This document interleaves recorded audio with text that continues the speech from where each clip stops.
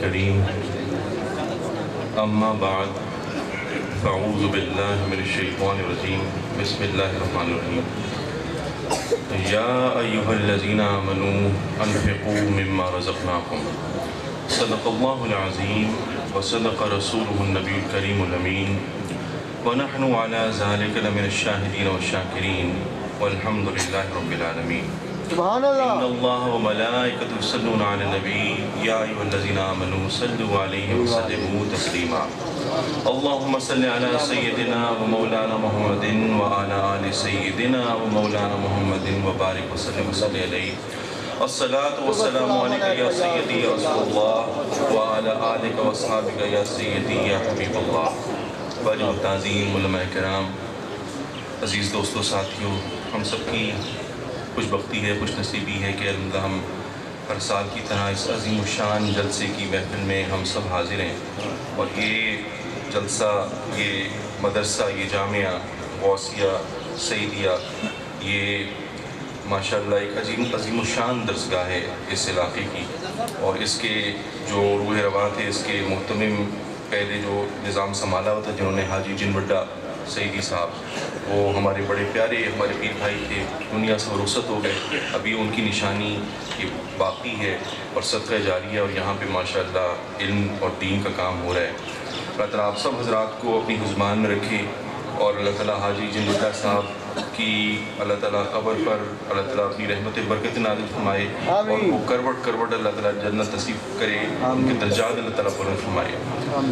مختصر سے وقت میں میرے دوستوں چند گزارشات آپ کی خدمت میں پیش کروں گا.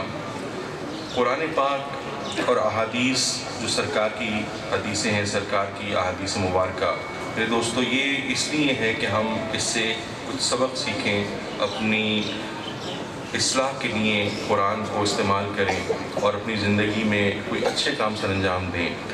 ہم قرآن پڑھتے ہیں، اس کو سمجھتے نہیں ہیں، اور سرکار کی احادیث ہم سنتے ہیں، لیکن ہم غور نہیں کرتے کہ سرکار کس چیز کا مطالبہ کر رہے ہیں. قرآن پاک میں اللہ تعالیٰ کس چیز کا حکم دے رہا ہے، کس چیز کے ہم سے کس چیز کا تقاضا کر رہا ہے. میرے دوستو بڑی اہم بات ہے، ہمیں چاہیے کہ ہم غور کریں کہ ہمارا دین جو ہے وہ کن کن چیزوں کا ہمیں حکم دیتا ہے، اور کیا کیا چیزیں جو ہیں وہ ہمارے لیے بحیثیت مسلمان بہت ضروری ہیں. اور ہماری زندگی میں ہم دیکھتے ہیں کہ محاسبہ کریں، اپنے ذرا گریبانوں میں جھانک کر دیکھیں تو ہمیں اپنا دامن جو ہے بڑا وہ اس میں گناہ زیادہ ملیں گے اور حسنات اس میں کم ملیں گے، اس میں نیکیاں کم ملیں گی. میرے دوستو یہ اہم بات ہے کہ ہم نیکیاں کمائیں اور نیکیوں میں رغبت کریں اور نیکی کے کام اور سعادت کے راستوں پہ چلیں. قرآن پاک میں اللہ تعالیٰ فرماتا ہے یا ایھا الذین آمنوا انفقوا مما رزقناکم، کہ اے ایمان والو ان چیزوں میں سے خرچ کیا کرو جو میں نے تمہیں دی ہیں. جو رزق، جو مال میں نے تمہیں دیا ہے، تم اس میں سے میری راہ میں خرچ کیا کرو. میرے دوستو یہ زکوٰۃ اور صدقات جو ہیں یہ ادا کرنا بڑا ضروری ہے. اور ہم جب اپنا محاسبہ کریں تو ہم زکوٰۃ ادا نہیں کرتے، ہم صدقات اور خیرات ادا نہیں کرتے، بلکہ ہم جو مستحق حضرات ہوتے ہیں جن کو زکوٰۃ دینی چاہیے، صدقات دینی چاہیے، ہم ان کے پیسے بھی کھا لیتے ہیں، زکوٰۃ کا مال بھی کھا لیتے ہیں. ابھی حالیہ دور میں سیلاب کی تباہ کاریاں ہوئیں، باہر سے ایڈ آئی، کوئی پتہ نہیں چلا مستحقین کو ملی نہیں ملی. تو میرے دوستو بجائے اس کے کہ ہم غریبوں کو، مستحق لوگوں کے اوپر خرچ کریں، میرے دوستو ہم ان کا حق مار لیتے ہیں. تو یہ بڑی، اور یہ مدارس ہیں، یہ مسجدیں، ان میں ہمیں اپنے مال سے آگے بڑھنا چاہیے. ان کو یہ بہترین مصرف ہے، یہ جو دینی درسگاہیں ہیں، یہ زکوٰۃ دینے کا. یہاں پہ عالم دین، وہ طلبہ، وہ دین سمجھتے ہیں، سیکھتے ہیں، اور وہ پھر ان کی پرداخت ہوتی ہے، پرورش ہوتی ہے. تو یہ زکوٰۃ کا بہترین مصرف جو ہے یہ دینی درسگاہیں ہوتی ہیں. میرے دوستو زکوٰۃ کے بڑے فضائل ہیں اور صدقات کے بڑے فضائل ہیں. اور صدقے کا، زکوٰۃ تو آپ جانتے ہیں کہ زکوٰۃ تو فریضہ ہے، وہ تو فرض ہے. 7.5 تولے سونا ہو یا 52.5 تولے چاندی ہو یا اس کے حساب سے آپ کے پاس نقدی ہو تو اس پہ آپ کو زکوٰۃ دینی ہے، وہ تو فرض ہے، اس سے تو آپ بچ ہی نہیں سکتے۔ لیکن میرے دوستو زکوٰۃ جو ہے اس سے بڑھ کر بھی اللہ تعالیٰ ہمیں تعلیم دیتا ہے صدقات دینے کی، خیرات دینے کی، جو کہ بڑی اہم بات ہے، جو مومنین کی نشانیاں ہیں۔ میرے دوستو حضرت ابو بکر کو دیکھو، صحابہ کرام کی سیرت پڑھو تو پتہ چلے گا کہ انہوں نے اپنے مال سے کس طرح سے اسلام کی آبیاری کی ہے، کس طرح سے انہوں نے اسلام کی نصرت اور اسلام کی بقا کے لیے کس طرح سے بڑھ بڑھ کر انہوں نے اپنے مال خرچ کیے۔ قرآن پاک میں آتا ہے لن تنالوا البر حتى تنفقوا مما تحبون، کہ اے ایمان والو تم ہدایت پا ہی نہیں سکتے جب تک کہ تم اپنی پسندیدہ چیز میں سے خرچ کرو۔ جو پسندیدہ مال ہے جب تک تم اس میں سے خرچ نہیں کرو گے تو تم فلاح پا ہی نہیں سکتے، ہدایت پا ہی نہیں سکتے۔ جب یہ آیت اتری تو میرے دوستو حضرت طلحہ حضور کے صحابی عشرہ مبشرہ میں سے، ان کو اپنا ایک باغ بڑا پسند تھا کھجور کا، اور بڑا خوبصورت باغ تھا۔ وہ آئے بارگاہ رسالت میں حاضر ہوئے اور عرض کی حضور یہ باغ مجھے بڑا پسند ہے، اور ایک آیت نازل ہوئی لن تنالوا البر حتى تنفقوا مما تحبون، کہ تم اس وقت تک ہدایت نہیں پا سکتے جب تک کہ اپنی پسندیدہ چیزوں میں سے خرچ کرو۔ تو حضور یہ میں باغ ہدیہ کرتا ہوں، یہ آپ کی خدمت میں پیش کرتا ہوں، آپ جہاں چاہیں اس کو خرچ کر دیں۔ سبحان اللہ، سبحان اللہ۔ اسی طرح میرے دوستو حضرت زید آئے، حضرت زید بن حارثہ نے آ کے عرض کی بارگاہ رسالت میں کہ حضور یہ آیت اتری ہے تو مجھے میرا گھوڑا بڑا پسند ہے، یہ میری سواری بڑی اچھی نسل کا گھوڑا ہے، اور بعض کتابوں میں آیا کہ اس کا نام تھا سیل۔ تو حضرت زید آئے اور بارگاہ رسالت میں عرض کی کہ حضور یہ گھوڑا مجھے بڑا پسند ہے، یہ گھوڑا میں آپ کی بارگاہ میں ہدیہ کرتا ہوں۔ سبحان اللہ۔ تو انہوں نے گھوڑا دیا میرے دوستو۔ اور حضرت عثمان غنی جب جنگ تبوک کا موقع تھا تو حضرت عثمان غنی نے میرے دوستو 1000 اونٹ وہ مال کے لدے ہوئے وہ بارگاہ رسالت میں پیش کی۔ سبحان اللہ۔ تو حضور وہ اشرفیہ جو تھے اپنے ہاتھ میں اچھالتے تھے اور فرماتے تھے کہ اب 1000 اشرفیاں اور ساتھ سامان بھی دیا۔ تو حضور اب وہ حضرت عثمان غنی کیا کہ وہ خدمت جو حضرت عثمان غنی نے کی تو اشرفیاں اپنے ہاتھ میں ہتھیلیوں میں وہ اچھالتے تھے اور فرماتے تھے کہ آج کے بعد عثمان کا کوئی عمل اس کو زر نہیں پہنچا سکے گا۔ مطلب اس کا کیا ہے کہ عثمان غنی ایسے مقام پر فائز ہو گئے کہ ان سے غلط عمل ہو گئی نہیں، سرزدی نہیں ہو سکتا۔ میرے دوستوں اور صدیق اکبر وہ تو سارا مال بارگاہ رسالت میں لے آئے، سب کچھ پیش کر دیا۔ تو یہ جو ہے یہ جس شخص کو لذت آ جائے، جس کو اس سے سکون ملے مال کو خرچ کرنے سے، ہمیں تو پتہ ہی نہیں نا، ہمیں تو ہم اس لذت سے آشنا ہی نہیں ہیں، ہم اللہ کی راہ میں خرچ ہی نہیں کرتے، ہم گنتے رہتے ہیں مال، تجوریاں بھرتے رہتے ہیں اور ہمارے اکاؤنٹس ہم مطمئن رہتے ہیں کہ یہ پیسہ ہے پیسہ ہے، ہماری وہ لذت ہی نہیں آئی۔ تو میرے دوستو جن لوگوں کو وہ لذت ملتی ہے مال خرچ کرنے سے، ان سے پوچھو کہ صدقات اور خیرات کا کتنا ثواب ہوتا ہے۔ میرے دوستو قرآن پاک میں آیا کہ لن تنالوا البر حتى تنفقوا مما تحبون، کہ جو پسندیدہ چیز ہے اس میں سے خرچ کرو۔ اب بات یہ ہے کہ اس میں سوال اٹھتا ہے کہ پسندیدہ چیزیں تو بہت سی ہیں۔ اب کسی کو اگر مٹھائی پسند ہے اور وہ مٹھائی جو ہے وہ بانٹنا شروع کر دے، ایسے تو حلال چیز ہے، ٹھیک ہے، اگر کیونکہ قرآن تو کہہ رہا ہے نا پسندیدہ چیز خرچ کرو جو تمہیں پسند ہے۔ تو اب کسی کو مٹھائی پسند ہے تو مٹھائی خرچ کر دے، کسی کو نشہ پسند ہے تو وہ نشہ بانٹنا شروع کر دے، کسی کو ہیروئن افیون پسند ہے، کوئی شراب پسند ہے تو آپ شراب بانٹنا شروع کر دیں۔ نہیں میرے دوستو، طیب اور طاہر چیز، پاک چیز، حلال چیز، کیونکہ اللہ تعالیٰ طیب اور طاہر چیز پسند کرتا ہے۔ اللہ تعالیٰ پاک تکبیر، اللہ اکبر، نعرہ رسالت، عظمت قرآن، عظمت اسلام، فیضان حضور کی دالی زمان، حضور جانشین امام اہل سنت صاحبزادہ سید مظہر سید شاہ صاحب کامنی، صاحبزادہ سید احسن سید شاہ صاحب کامنی۔ اللہ جو ہے وہ طیب اور طاہر چیز پسند کرتا ہے۔ حدیث شریف میں آتا ہے من تصدق بعدل تمرۃ من کسب طیب ولا يقبل الله الا الطیب وان الله يتقبلها بيمينه ثم يربيها لصاحبه كما يربي احدكم فلذه حتى تكون مثل الجبل۔ یہ حضور کی حدیث ہے بخاری شریف کی۔ حضور کیا فرماتے ہیں؟ حضور فرماتے ہیں کہ اگر تم ایک کھجور کا ٹکڑا بھی اللہ کی راہ میں صدقہ کرو تو اور وہ طیب ہو، اللہ تعالیٰ طیب چیز پسند کرتا ہے، تو وہ اللہ تعالیٰ اپنے سیدھے ہاتھ سے لیتا ہے اور پھر اللہ تعالیٰ اس کھجور کے ٹکڑے کی پرورش کرتا ہے، اللہ تعالیٰ اسے پالتا ہے جیسے کہ تم اپنے بچے کو، اور بعض احادیث میں آتا ہے جیسے اونٹ کا یا گھوڑے کا بچہ پالتے ہو، اس طرح وہ پالتا ہے یہاں تک کہ وہ جہاں تک کہ وہ ٹکڑا جو ہے کھجور کا وہ پہاڑ کی مانند ہو جاتا ہے۔ سبحان اللہ۔ میرے دوستو یہ اس کا ثواب ہے کہ اگر ایک کھجور کا ٹکڑا بھی تم راہ خدا میں دیتے ہو، اللہ کی راہ میں صدقہ کرتے ہو، تو اللہ تعالیٰ اس کی پرورش کرتا ہے، اس کو پالتا ہے، اور یہاں تک کہ جب اس کا ثواب دیکھتے ہو تو وہ پہاڑ کی طرح ہوتا ہے اس کا ثواب۔ میرے دوستو بعض احادیث میں ہے کھجور کا، بعض احادیث میں ہے گھوڑے کا بچہ جیسے تم پالتے ہو، بعض میں ہے اونٹ کا بچہ، یا بعض میں صرف آیا کہ بچہ جیسے پالتے ہو۔ اب میں تھوڑا سا اس پہ وضاحت کر دوں مختصر سی کہ اب جو حضرات جانوروں کو پالتے ہیں، اونٹ پالتے ہوں یا گھوڑا پالتے ہوں، ان کو پتہ ہوگا کہ گھوڑے کی پرداخت کتنی اہم ہوتی ہے، وہ کتنے مراحل سے گزرتا ہے۔ میرے دوستو گھوڑے کو پالنا آسان بات نہیں ہوتی۔ گھوڑا اگر آپ پال رہے ہیں تو کس لیے پال رہے ہیں؟ یا تو میرے دوستو آپ نے اس سے کوئی کام لینا ہے، بڑا وزنی کام لینا ہے۔ گھوڑا جو ہوتا ہے مضبوط جانور ہوتا ہے، بڑے طرح طرح کا وزن اٹھاتا ہے، سواریوں کو اٹھاتا ہے، بہت صعوبتیں برداشت کرتا ہے۔ تو جو گھوڑا ہوتا ہے اسے تو ساری زندگی آپ نے کام لینا ہوتا ہے، بعض لوگ نہیں تو گھوڑا ساری زندگی وہ اس سے کام لیتے ہیں۔ تو گھوڑا جو ہے اس کی جو لائف سائیکل کی سٹیجز ہوتی ہیں وہ بہت زیادہ ہیں۔ سب سے پہلے تو وہ دودھ پیتا ہے، سکلنگ اس کی سٹیج ہے، پھر اس کی ویلنگ سٹیج ہے، پھر ییلڈنگ سٹیج ہے، اور پھر وہ سٹیلین اور میئر بنتا ہے، وہ انتہا کو جاتا ہے۔ تو میرے دوستو سرکار فرما رہے ہیں کہ جس طرح گھوڑے کے بچے کو تم پالتے ہو، اللہ تعالیٰ اس کھجور کے ٹکڑے کو پالتا ہے اور اس کا ثواب جو ہے وہ پہاڑ کے برابر کر دیتا ہے۔ سبحان اللہ، سبحان اللہ۔ تو میرے دوستو یہ صدقہ خیرات جو ہے معمولی چیز نہیں ہے، یہ بڑی عظیم چیز ہے۔ اور حدیث شریف میں آتا ہے کہ ان الصدقہ لتطفئ غضب الرب، کہ صدقہ جو ہے وہ اللہ کے غضب کو بجھاتا ہے۔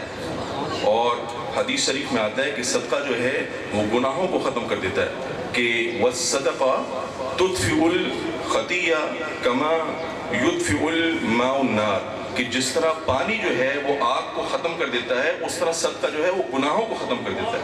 میرے دوستو حدیث شریف مجھے یاد آ رہی ہے، بڑی پیاری حدیث ہے، میں آپ کو سناتا جاؤں کہ ترمذی شریف کی حدیث ہے کہ اللہ تعالیٰ نے جب زمین بنائی، جب اللہ تعالیٰ نے زمین بنائی، لما خلق اللہ الارض جعلت تمید، تو زمین جو تھی وہ ہلنے لگی، جعلت تمید، وخلق الجبال فعاد بها علیہا فاستقرت، تو اللہ تعالیٰ نے پہاڑ بنائے تو زمین ٹھہر گئی، فعجبت الملائکۃ من شدت الجبال، تو فرشتوں نے تعجب کا اظہار کیا پہاڑوں کی مضبوطی کو دیکھ کر، اور پھر فرمایا قالوا یا ربی هل من خلقک من شدت الجبال، کہ اے باری تعالیٰ کیا آپ نے پہاڑ سے بھی زیادہ کوئی مضبوط اور شدید چیز پیدا کی ہے؟ تو اللہ تعالیٰ نے فرمایا قال نعم الحدید، قال نعم الحدید، کہ میں نے لوہا پیدا کی ہے جو کہ پہاڑ سے زیادہ شدید ہے، پہاڑ سے زیادہ طاقتور ہے۔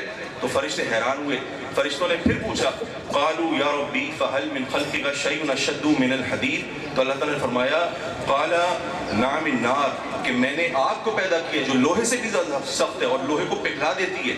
فرشتے پھر تعجب کا اظہار کیا، فرشتوں نے پھر سوال کیا قالوا یا ربی فهل من خلقک شیء اشد من النار، تو اللہ تعالیٰ نے فرمایا قال نعم الماء، کہ میں نے آگ سے بھی زیادہ میں نے شدید چیز پیدا کی ہے، وہ ہے پانی، اور پانی جو ہے آگ کو بجھا دیتا ہے۔ فرشتوں نے پھر سوال کیا قالوا یا ربی فهل من خلقک شیء اشد من الماء، تو اللہ تعالیٰ نے فرمایا قال نعم الریح، کہ میں نے ہواؤں کو پیدا کیا ہے جو پہاڑوں کو، وہ جو سمندروں کو، دریاؤں کو ایک جگہ سے اٹھا کے دوسری جگہ لے جاتی ہیں۔ پھر اللہ فرشتوں نے پھر پوچھا کہ قالوا یا ربی فهل من خلقک شیء اشد من الریح، کہ باری تعالیٰ کیا تو نے ہواؤں سے بھی زیادہ کوئی طاقتور چیز پیدا کی ہے؟ تو اللہ تعالیٰ نے فرمایا قال نعم ابن آدم تصدق بصدقۃ بیمینہ یخفیہا من شمالہ، کہ وہ صدقہ جو ابن آدم اپنے سیدھے ہاتھ سے دیتا ہے اور اس انداز میں دیتا ہے کہ اس کے الٹے ہاتھ کو خبر نہیں ہوتی، وہ ان سب چیزوں سے زیادہ طاقتور ہے۔ سبحان اللہ، نعرہ تکبیر، نعرہ رسالت، فیضان حضور ہدایت الزمان، حضور صاحب لالا سید حسن سید شاہ طبقاتی۔ میرے دوستو اللہ تعالیٰ فرماتا ہے وہ ان سب چیزوں سے زیادہ طاقتور ہے۔ سرکار کیا فرما رہے ہیں؟ سرکار دراصل علامتی زبان کے ذریعے اور حدیث کے ذریعے سرکار نے ہمیں تعلیم دی کہ بے شک پہاڑ پانی، لوہا، ہوائیں، میرے دوستو ان میں لوہا، ان میں بڑی صلاحیت ہے، بڑی طاقت ہے، اور یہ ہماری زندگی کے لیے کتنی اہم چیزیں. اگر لوہا نہ ہو، اگر پانی نہ ہو، اگر آگ نہ ہو، ہوائیں نہ ہو، تو ہم کیسے زندہ رہیں گے؟ میرے دوستو یہ تو بڑی بنیادی چیزیں ہمارے زندگی گزارنے کے لیے، اس میں ہمارے بڑے فوائد ہیں، لیکن سرکار فرماتے ہیں کہ ان میں وہ صلاحیت نہیں ہے جو صدقے کے اندر صلاحیت ہے. صدقہ جو ہے وہ اللہ تعالیٰ کے غضب کی آگ کو بجھا دیتا ہے.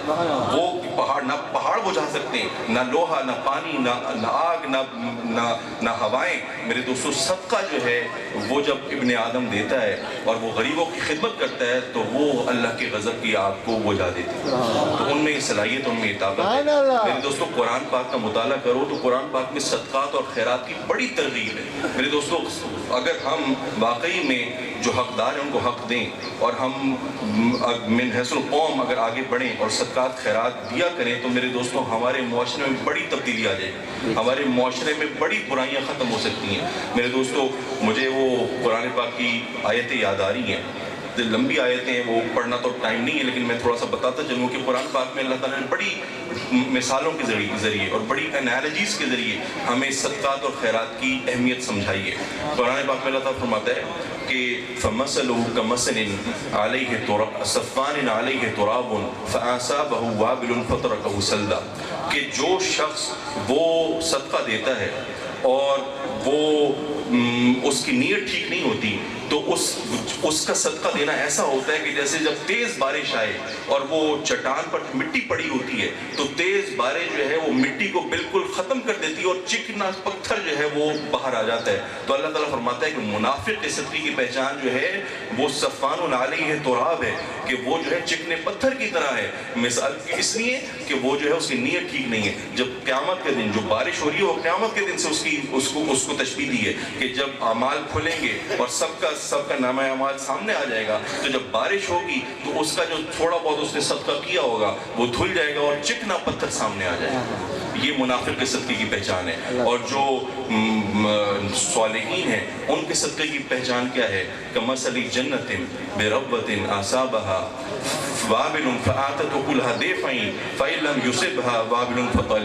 یہ قرآن پاک میں آیا کہ جو نیک صالح لوگ ہیں جب وہ صدقہ دیتے ہیں تو وہ جب زور کی بارش آتی ہے تو وہ بارش جو ہے وہ ان کی کھیتی پر دگنا پھل لے کر آتی ہے، دو گنا پھل لے کر آتی ہے. اور اگر بارش نہ بھی ہو تو صرف شبنم کے قطرے ہی باغ کی پیداوار کے لیے کافی ہو جاتے ہیں. بارش کی حاجت نہیں ہوتی اس باغ کو، صرف شبنم کے قطرے جو ہیں وہی کھیتی کو تیار کر دیتے ہیں. تو یہ صالحین اور عابدین کے صدقے کی پہچان ہے. اور پھر اللہ تعالیٰ مزید فرماتے ہیں، بڑی پیاری بات اللہ تعالیٰ نے فرمائی، لمبی طویل آیت ہے کہ اللہ تعالیٰ نے فرمایا اے لوگو کیا تم یہ چاہتے ہو کہ تمہارے پاس باغ ہو جنت من نخیل و عناب تجری من تحتها الانہار، کہ تمہارے پاس باغ اور اس کے نیچے نہریں جاری ہوں اور اس میں ہر طرح کا پھل ہو، لہو فیہا من کل الثمرات، کہ اس میں ہر طرح کے اور بھی میوے ہوں. اور پھر کیا اس باغ کا جو مالک ہے وہ ایک بوڑھا بندہ ہو، ایک بوڑھا بندہ ہو اور اس کے چھوٹے چھوٹے ناتواں بچے ہوں جو کہ کمائی کے قابل نہ ہوں، اور وہ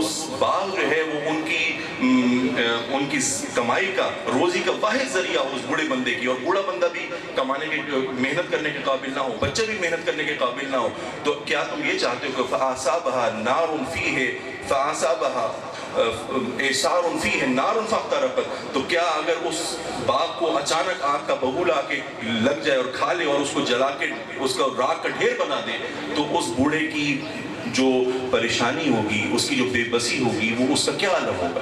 اس کی تو ساری دنیا اجڑ جائے گی. اب وہ بچوں کو کہاں سے کھلائے گا؟ خود کا کیسے محنت کرے گا؟ محنت کے قابل نہیں ہے. وہ باغ اس کا آخری سہارا تھا اور وہ آگ آئی، اس نے باغ کو راکھ کا ڈھیر بنا دیا، سب شاخیں، درخت، پھل سب جل گیا، راکھ کا ڈھیر بن گیا. تو وہ کہاں سے کھائے گا؟ اس کی بے بسی کیسے ہوگی؟ تو اللہ تعالیٰ یہی فرماتا ہے قرآن پہ کہ جیسے اے ایمان والو یا ایھا الذین آمنوا لا تبطلوا صدقاتکم بالمن والعذا کالذی ينفق مالہ رعاء الناس، کہ اپنے جو صدقات ہیں احسان جتا کر، ایذا پہنچا کر اور تانے دے کر یہ ضائع نہ کرو، اس کی کھیتی کو ضائع نہ کرو، اس باغ کو ضائع نہ کرو. تو جس طرح وہ شخص جو ہے جب آندھی آتی ہے اور اس باغ کو تباہ و برباد کر دیتی ہے، راکھ کا ڈھیر بنا دیتی ہے، تو ہم جب یہ نہیں چاہتے کہ اس طرح کے ہمارے باغ ضائع ہو جائیں، تباہ ہو جائیں، تو ہم اپنی عبادتوں کے باغ کو اور اپنے صدقات اور خیرات کے باغ کو کہ جب قیامت قائم ہوگی، اور جب نیکی کمانے کا کوئی ذریعہ نہیں ہوگا، اور جنہوں نے صدقات خیرات دیے ہوں گے ان کا واحد ذریعہ جو ہوگا وہ یہ حصول نیکی کا ذریعہ، ثواب کا ذریعہ صدقات اور خیرات ہوں گے، اور اینڈ ٹائم پہ انہیں پتہ چلے کہ ان کا جو صدقات اور خیرات کا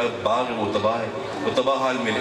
تو اگر آپ تان و تشنیع کے ذریعے اور لوگوں کو احسان جتا جتا کر وہ صدقات اور خیرات کرتے ہو، زکوٰۃ دیتے ہو، تو پھر میرے دوستو قیامت کے دن جو تمہارے صدقات کا باغ ہے وہ تباہ شدہ حال میں تمہیں ملے گا۔ تو اللہ تعالیٰ فرماتا ہے کہ ایسے نہ ہو جاؤ اور یہ اس کی خواہش نہ کرو، بلکہ خوش اسلوبی کے ساتھ وہ اس انداز میں صدقہ دو کہ جو دیتے ہو تو تمہارے سیدھا ہاتھ جب دیتا ہے تو تمہارے بائیں ہاتھ کو، الٹے ہاتھ کو خبر نہیں ہونی چاہیے کہ تم نے کیا دیا۔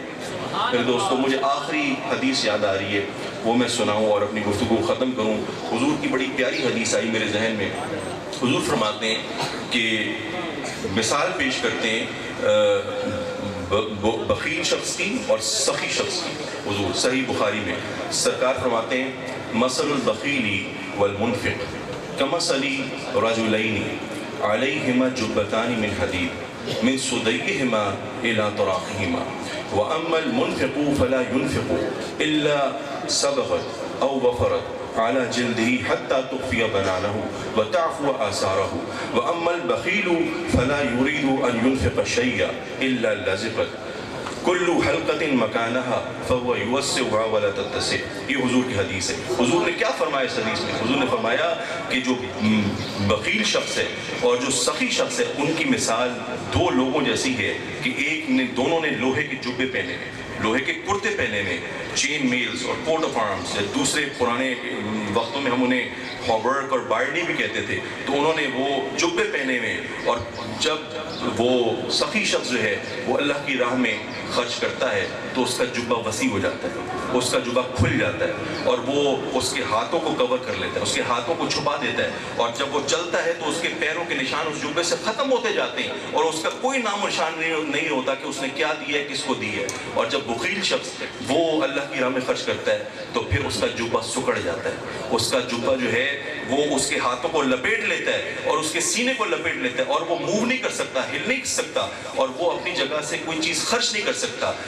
سرکار نے فرمایا کہ اس کا جو جبہ ہے وہ تنگ ہو جاتا ہے بخیل شخص کا۔ تو میرے دوستو یہ حضور نے ہماری اصلاح کے لیے حدیث پیش کی کہ جو سخی شخص ہوتا ہے وہ اللہ کی راہ میں ایسے خرچ کرتا ہے کہ پھر اس کے آثار بھی ختم ہو جاتے ہیں، اس کے نشان بھی مٹ جاتے ہیں۔ تو جس کو لذت ہوتی ہے اللہ کی راہ میں خرچ کرنے کی میرے دوستو وہ جانتا ہے کہ یہ اللہ کی راہ میں خرچ کرنا کتنا باعث اجر و ثواب ہے۔ مولانا روم کی مجھے حکایت یاد آئی کہ ایک بھنگی تھا، ایک بھنگی وہ غلیظ رہتا تھا اور بدبودار وہ اس کا جسم تھا اور کبھی نہاتا نہیں تھا، غسل نہیں کرتا تھا، تو وہ اتفاق سے عطار کی دکان میں پہنچ گیا۔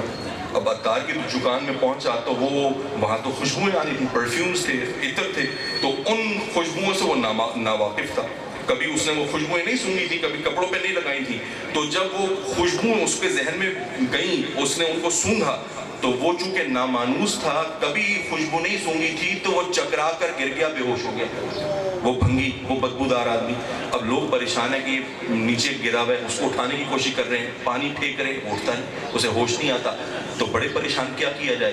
ایک دانا شخص تھا، ایک حکیم، ایک سمجھدار آدمی تھا، تو اس نے کہا کہ بھائی ایسے نہیں اٹھے گا، سارے ہیلے تم نے کر دیے، پانی پھینک دیا، طرح طرح کے تم نے ہیلے کر دیے، مجھے پتہ ہے کیسے اٹھے گا۔ تو وہ ایک بدبودار سی چیز لے کر آتا ہے، بڑی سڑی ہوئی بدبودار سی چیز لے کر آتا ہے اور وہ بھنگی کو سونگھاتا ہے تو بھنگی چھینک مار کر فوراً اڑ جاتا ہے۔ کیوں؟ اس لیے کہ بھنگی جو ہے اس بدبودار چیز کا واقف ہوتا ہے نا، اس سے مانوس ہوتا ہے، تو وہ فوراً اس کو پہچان کر کے اڑ جاتا ہے۔ تو میرے دوستو یہی حال بخیل لوگوں کا ہے کہ جو پروفٹ میکسیمائزیشن کی طرف جاتے ہیں، جو ایکیومولیشن آف ویلتھ کی طرف جاتے ہیں، اپنی تجوریاں بھرنے کی طرف جاتے ہیں، اور کبھی انہوں نے اللہ کی راہ میں خرچ نہیں کیا ہوتا۔